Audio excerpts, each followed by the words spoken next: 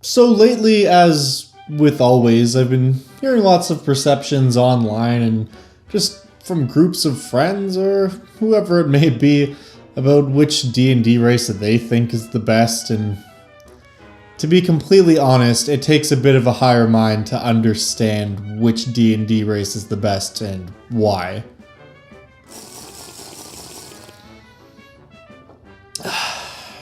So shall we begin?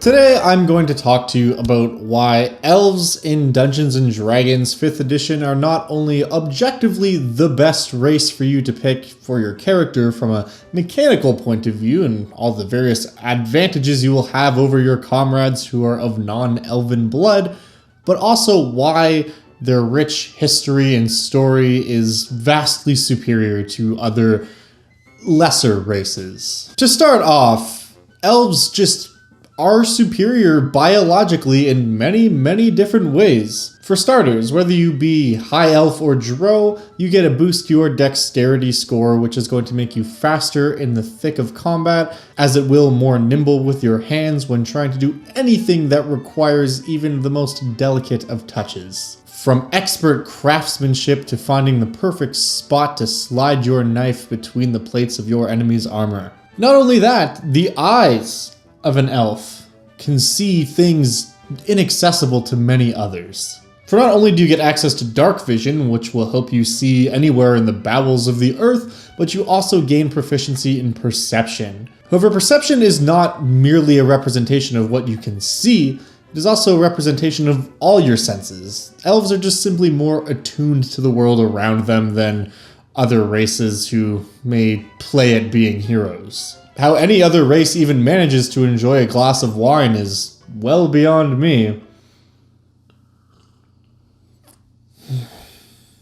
Also, due to the elven blood that courses through your veins, it means that you will have advantage against being charmed and other sorts of magical effects, like things that will attempt to put you to sleep, because unlike many other races, elves do not lack the will to resist such magical things. I mean, the sleep thing isn't really based around the elven sense of will or identity. That is just because elves actually don't sleep. Which is a huge advantage, mind you. How a human can function sleeping away 6 to 8 hours every day of their already extremely short lives is just unknown to me. See, an elf only needs sacrifice 4 hours out of their day, and they're not even truly asleep. They are merely meditating, where they can still monitor the goings-on of their campsite while their comrades and allies slumber away. And on the topic of lifespans, the elven lifespan averages at around 750 years. This means that elves need not worry about wasting time.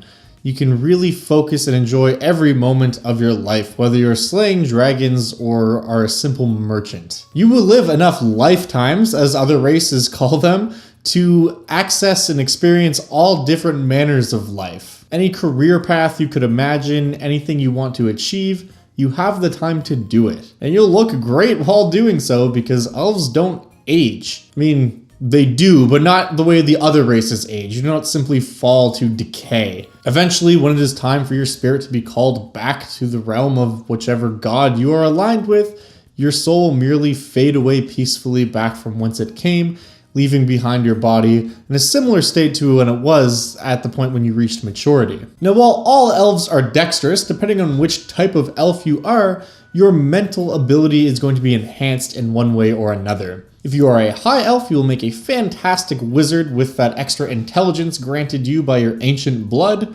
And not that you would need it, because Elven is the most beautiful language of all the languages. But you do get access to an extra language which can aid you in your studies or allow you to commune with other races. Also, as a high elf, you gain access to an extra cantrip. You can just pick one level 0 spell from any class, which is simply astounding. Because of the way cantrips work in D&D 5th edition, that is going to be a tool you can potentially keep with you for the entirety of your adventuring career. Oh, and did I mention that elves also have access to an exclusive class? Yes, the Blade Singer from the Sword Coast Adventure Guide, which is bar none one of the most powerful melee spellcasters you can have in the game. Its only requirement, of course, is being Elven. And it is technically a wizard subclass, so because it uses intelligence for all manner of things, high elves make astounding blade singers. I'm not joking around. If you've never seen someone play this class before or haven't had the pleasure of doing it yourself, I highly recommend you give it a try sometime because the stuff you can pull off with this class is just mind-blowing. You'll have your DM looking at you and going, really? More often than you'll probably both be comfortable with. Or if you are more of the natural persuasion, the wood elves are extremely adept in all things druidic.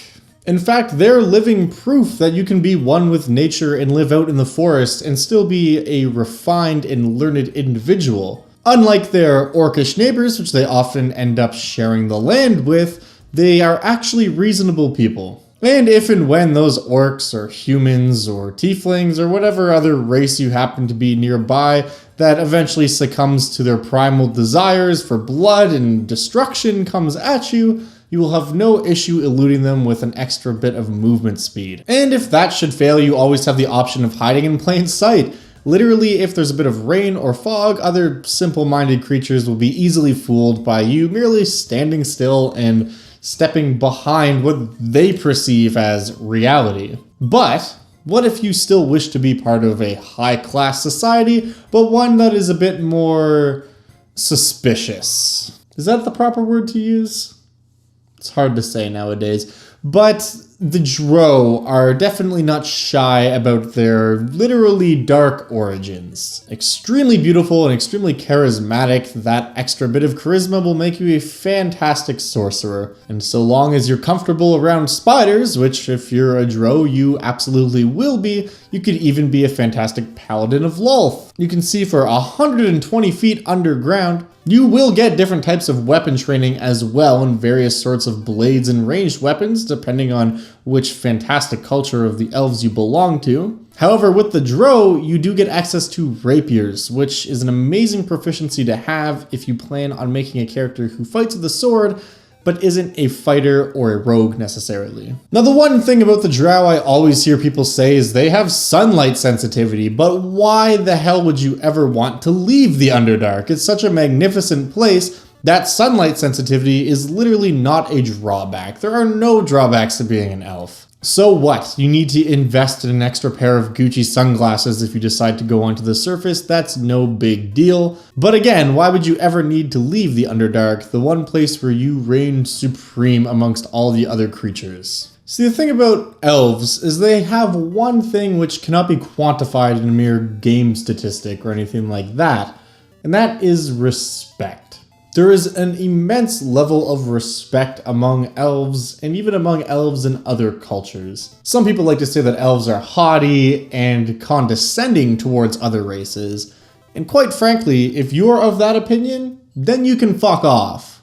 If you do think that, you're probably just a stupid dragonborn or a lizard folk or something. In any case, thank you so much for watching. Hopefully this has helped you narrow down your choice and what type of race you'd like to make your next character in Dungeons & Dragons. If you would like to discuss how amazing elves are, or I forgot to mention one of the amazing things about elves that you feel should not be omitted, please feel free to get at me on Twitter, or we can talk about it on the Discord, both of which you can find the link to in the description below of this video. Thank you so much for watching. I do greatly appreciate it, and I will see you in the next one. Until then.